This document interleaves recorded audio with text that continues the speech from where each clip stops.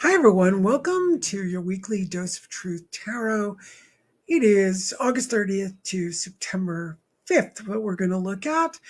We're changing months. We're also going to be slowly feeling that sense of either spring or fall coming on, depending on where you are on the planet, whether you're in the northern or southern hemisphere.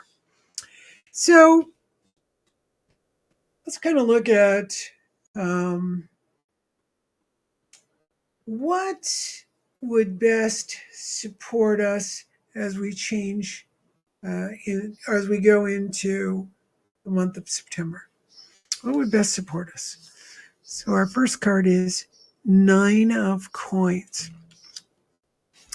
Nine of Coins is obviously nine represents September, which is kind of cool. But it kind of says, close up some things that, maybe haven't been completed. It's time to pack up the fun of summer. That can often be what this represents. As you can see, it's a girl holding a swan. She's all by herself. This deck, by the way, only has female representations, which kind of makes it odd in some ways. It loses the action-oriented part of the deck, but this is a good time of the year to kind of stick to what is the feminine energy giving us. So time to close things up, pack things up, put things away, time to put the summer play things away, I'd say. And our next card is this is the Priestess, or is this? Well, this deck is so hard to discern. No, it's the Priestess. There we go. So that beautiful Priestess. I mean, what a pretty little card, right? Look at that. It's very hard to. Very pretty little card. There's a weird feeling of, I look at these cards often and sometimes they're cute, they're cheeky. Today it's kind of feeling a little solemn. So I don't know what that energy is kind of portending for us. But I would say as you close things up, the most important thing to focus on, according to the cards today, is to really tune into your intuition. Like, where do you want to go? What are the things? Well, it won't matter what question you ask, right? It's going to depend on your question to see what your gut brain. But tune into that gut brain. Tune into your intuition. Look within, but also have your eyes around to see what's going on. Because let's see the last card. We've got Seven of Cups. So Seven of Cups. Maybe the ending of summer is not going to be so pleasant for us. We're not going to be so happy about it. I'm already feeling a little depressed from this reading. It's like, oh, I'm all by myself, kind of packing everything away. And then I need to look to my intuition. All right. But what comes out is, a little bit of sadness. So, one of the things you really need to be cautious of. In the Crowley deck, Seven of Cups represents debauch. So there's a huge difference between, hey, I'm closing things up, need to check in with my intuition. It could be the particular question you ask. Like, let's say I asked myself, well, what's next in store for me? What would I like to do? And I check in on a bunch of things, and my gut, cringes on some of them. If my belly goes on some of them, I go, no, that's not for me. And then if some opens up, my body gets relaxed. I definitely know that my intuition is speaking. But I often find people, well, my intuition is telling me, and they go into this massive analytical rampage. They're not in their gut brain. They're not in the intuition. They're usually in the headspace, and that headspace is very.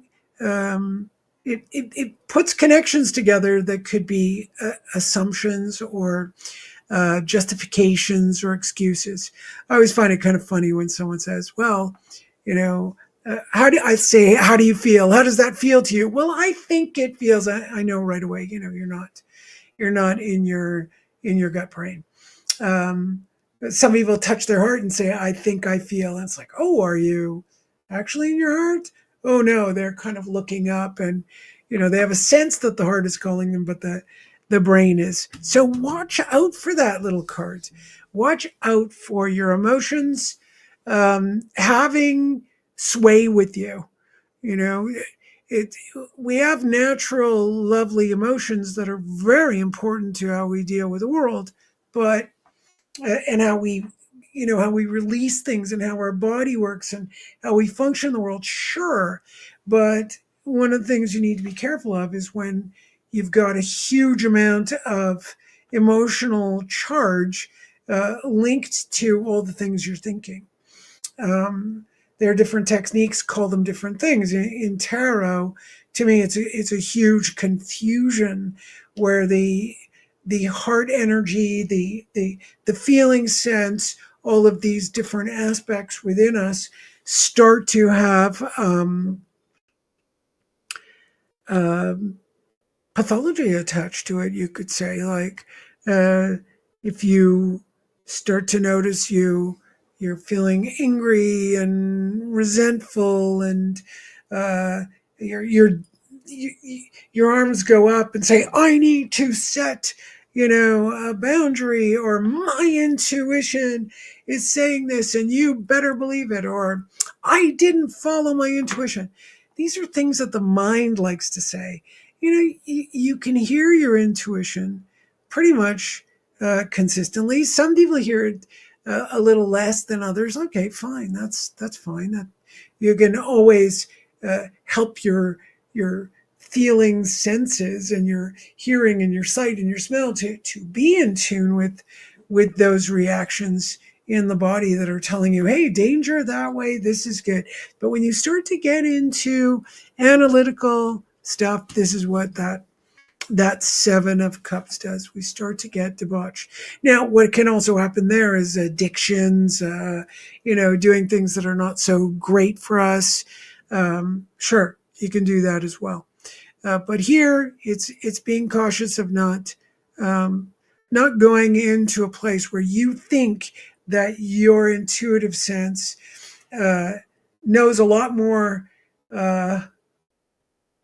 stuff than it does. It's interesting. Anyway, that's again one of those long subjects, but it's best to start with intuition. Like, some people are psychic and they have a lot to say about things and they see things, and that's fine. And as long as their psychicness pans out, you're doing great. That's fine. But when my intuition said do this and do that, and yeah, I'm always very cautious of that. The intuition is sort of a reaction about things, and we can't necessarily translate it. We can, but we have to. What I'm notifying you of is caution when your intuition is coming up and you talk a lot about what you think is going on. Right? So you could even take me right now. I'm like, all right, these cards are doing this. Yeah, my intuition is guiding me. What I'm saying is not what my intuition is saying. I am saying things as are related to these cards and what these cards are evoking. And I can feel my intuition saying yes, no, yes, no. It's more binary, I'd say. It's like a binary code, and it's telling me off, on, off, on. Some of the moments, my intuition is going, "You're a little bit off there. You're a little bit off." So I try to restructure it. I try to say it differently, and it works out. Sometimes it doesn't work out so well. In words, I mean, words are not adequate to describe exactly what's there sometimes or what you're seeing, but our job is to put it into words that the intuition or the gut brain kind of goes, yeah, you're okay, you're on. Oh, you were a little bit off. Cringe is really good. Cringe, or very defensive type stances tell us, hey, that's not intuition. Intuition is nice and simple. So just helping to go between these two cards, you have to be careful that your intuition doesn't become part of some kind of misinformed, maladaptive, pathological, debauched type system. And it happens quite often. It happens to the best of us. All right. Love you all. Have a great week, and I will see you next week. Bye.